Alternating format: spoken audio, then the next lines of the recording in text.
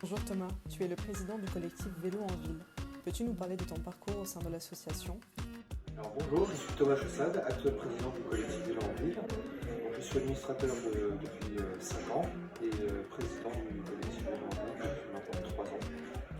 Alors auparavant j'étais bénévole au collectif Vélo en Ville, j'ai commencé à adhérer il y a 12 ou 13 ans, je sais pas exactement. Je voulais faire réparer mon vélo à l'atelier, comme beaucoup d'adhérents le font.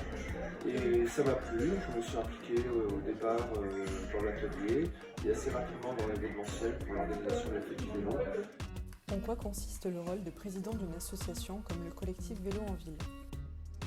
Le rôle du président du collectif Vélo en Ville, il n'est pas établi très clairement. L'important c'est de faire le lien entre ce qu'on appelle les commissions. Il y a 8 commissions au sein du collectif Vélo en Ville et essayer d'établir des ponts et bien connaître les bénévoles. Après, vis-à-vis de l'extérieur, c'est surtout de la représentation vis-à-vis des pouvoirs publics, de la mairie, de la métropole. Est-ce que tu peux présenter le fonctionnement de l'association en quelques mots? Alors, le collectif Vélo en Ville est né en 1996, donc il y a maintenant bientôt 25 ans. Donc, à l'origine, c'était juste la partie aménagement cyclable de l'association actuelle. Quelques années après, c'est monté un atelier qui était tout petit, tout en haut de la rue d'Aubagne. Je me souviens très bien, parce que c'est là où j'ai appelé la première fois. En 2012, on a déménagé au local au 24 rue Moustier, donc ici même. Et ça nous a permis de nous agrandir au niveau de nos activités. Après, au niveau du fonctionnement de l'association, moi je suis le président, mais à travers ça, il y a un conseil d'administration qui est très important, qui est composé de 14 membres qui ont un pouvoir de décision sur la vie de l'association. Nous avons actuellement 4 salariés aussi pour effectuer diverses tâches. Nous avons Anaël, Louise, Cyril et Émilie. Et par ailleurs, le collectif Vélo en Ville est membre de différentes fédérations, comme la Fédération des usagers de la bicyclette, la FUB. C'est la Fédération nationale des associations de vélo, qui fait la promotion de la bicyclette. Et on est aussi membre de la fédération qui s'appelle le recyclage. C'est la fédération des ateliers vélo. Peux-tu nous donner quelques exemples de grandes actions portées par l'association? L'action la plus visible pour le public, c'est la fête du vélo, qui, dans des conditions normales, a lieu au mois de juin. Habituellement, c'était sur la corniche.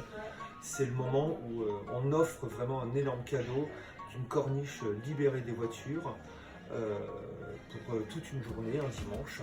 Et alors après, il y a des animations, des spectacles pour les petits et les grands. C'est évidemment une fête gratuite pour tous et pour toutes. Et c'est vraiment un très beau cadeau que le collectif Vélo en Ville fait à la population de Marseille. Comment décrirais-tu l'évolution de la pratique du vélo à Marseille? Progressivement, j'ai vu une population de cyclistes marseillais exploser. Vraiment. Alors, ça dépend encore des quartiers.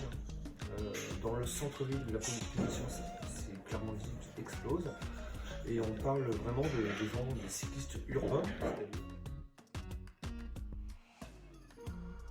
On espère qu'avec l'évolution des mentalités vis-à-vis des politiques en particulier, ça va vraiment s'apaiser au niveau de la circulation des cyclistes à Marseille, que de 10 à 15 000 vélo-tapeurs selon nos sources, on va arriver à quelque chose de beaucoup plus important, 50 000 voire 100 000. Donc moi je vois vraiment une volonté du peuple marseillais de se mettre au vélo. Et il faut que ça continue, il faut que les pouvoirs publics se rendent compte réellement de ça, mais je ne doute pas de la volonté de certains dans ce sens. Quelle place a le vélo dans ton quotidien? Alors moi je me suis mis au vélo, au départ c'était dans une pure optique vélo taf. J'avais une voiture et je ne pouvais plus utiliser ma voiture pour aller au travail. Et là je me suis dit tiens, si je prenais le vieux vélo que j'avais, c'était le vélo de mon père, une vieille randonneuse des années 70 dans un état pitoyable. Et là j'ai découvert vraiment la simplicité de mes déplacements. Et j'ai vraiment découvert la liberté, la simplicité, ça a été effarant. Le fait de pouvoir s'arrêter n'importe quand. Après, il y a eu l'aspect économique, évident. C'est pas fatigant. Je suis pas un grand sportif du tout. Et Après, je me suis mis au vélo de randonnée. J'aime bien. J'ai découvert le voyage à vélo. J'aime bien partir une semaine en ce qu'on appelle le cyclocamp, c'est-à-dire avec la tente des campings, le réchaud, la cafetière dans les sacoches, partir au long. Quand on voyage à vélo, on a un point de départ, on a un point d'arrivée, et en fait, l'important c'est pas d'aller le plus vite possible au point d'arrivée, comme on le fait en voiture. On prend l'autoroute pour aller sur le lieu de vacances. Non, c'est la route par laquelle on va prendre. Au revoir et à bientôt au 24 rue Moustier.